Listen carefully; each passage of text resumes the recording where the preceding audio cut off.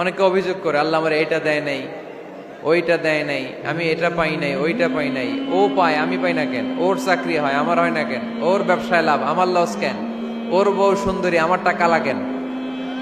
আছে না নাই? না, অভিযোগ করবেন না।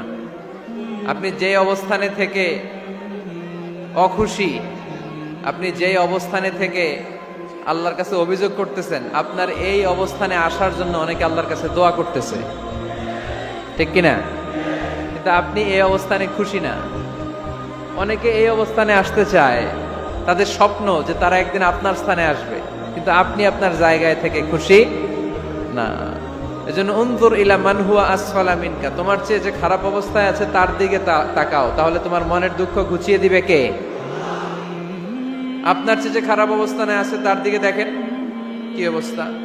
আপনি এইটা চান, ওইটা চান, কত কিছু লাগবে আপনার। হসপিটালে যে দেখেন ক্যান্সারে আক্রান্ত রোগীদের কি অবস্থা দেখেন। ক্যান্সার যার নেই কোনো অ্যান্সার, বাঁচবে না সে।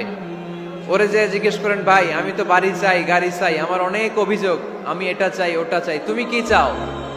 ক্যান্সার আক্রান্ত রোগীটা বলবে, আমি কিচ্ছু চাই না, আমি খালি বাঁচতে চাই। ক্যান্সার আক্রান্ত রোগীটা কি চায়? শুধু কি চায়? বাঁচতে চায়। আর আমাদের অনেক কিছু লাগবে। এজন্য বেঁচে যে আছি এই জন্যই আলহামদুলিল্লাহ।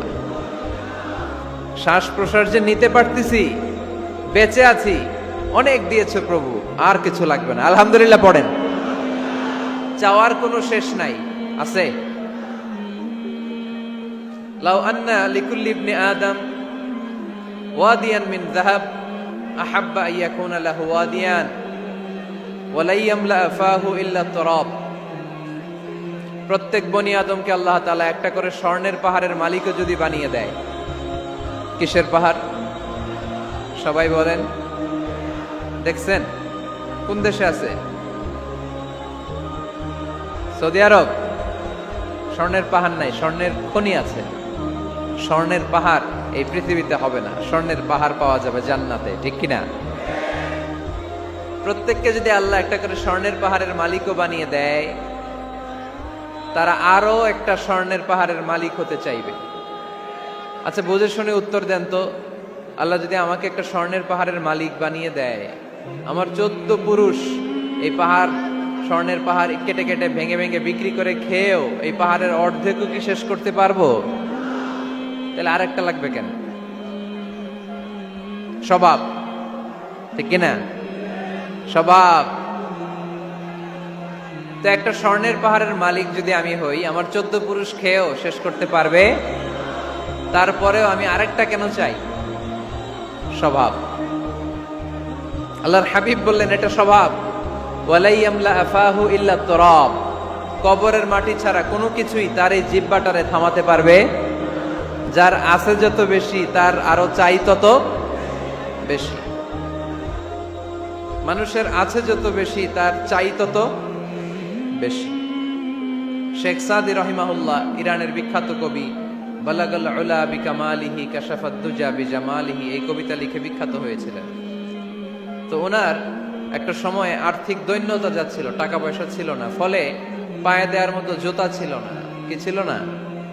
জুতা ছিল না। তো খুব আফসোস করে একদিন মনে মনে আল্লাহরে বলে, আল্লাহ আমি এত বড় কবি, আমার পায়ে দেওয়ার মতো জুতা নাই। আহা!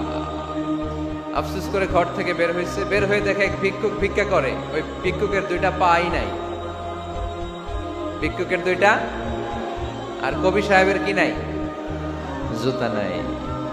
কবি সাহেব যখন এই দৃশ্য দেখছে, হায় রে, আমার তো পা আছে, এর তো পাই নাই, সেজদায় পড়ে গেল। আর আল্লাহরে বলে, আল্লাহ শুকর আলহামদুলিল্লাহ, বেশ ভালো আছি, আর কিছু লাগবে না। এজন্য শান্তি হচ্ছে শুকর আলহামদুলিল্লাহর ভিতরে। শান্তি কিসের ভিতরে? শুকর আলহামদুলিল্লাহর ভিতরে। এজন্য আওয়াজ করে পড়েন আলহামদুলিল্লাহ। আপনার চাহিদার কোনোদিন শেষ হবে না। দেখবেন যার পা নাই, সে পা দেখে আফসোস করে, ইস লোকটা হেঁটে যায়, কি সুন্দর যায়, আমি তো হাঁটতে পারি না, যদি হাঁটতে পারতাম, যদি 2টা পা থাকতো। যার পা আছে, সে সাইকেলওয়ালাদেরকে দেখে আফসোস করে, ইস আমার যদি একটা সাইকেল থাকতো তাহলে তো আর হাঁটা লাগতো না, সাইকেল দিয়ে বাজারে যেতাম।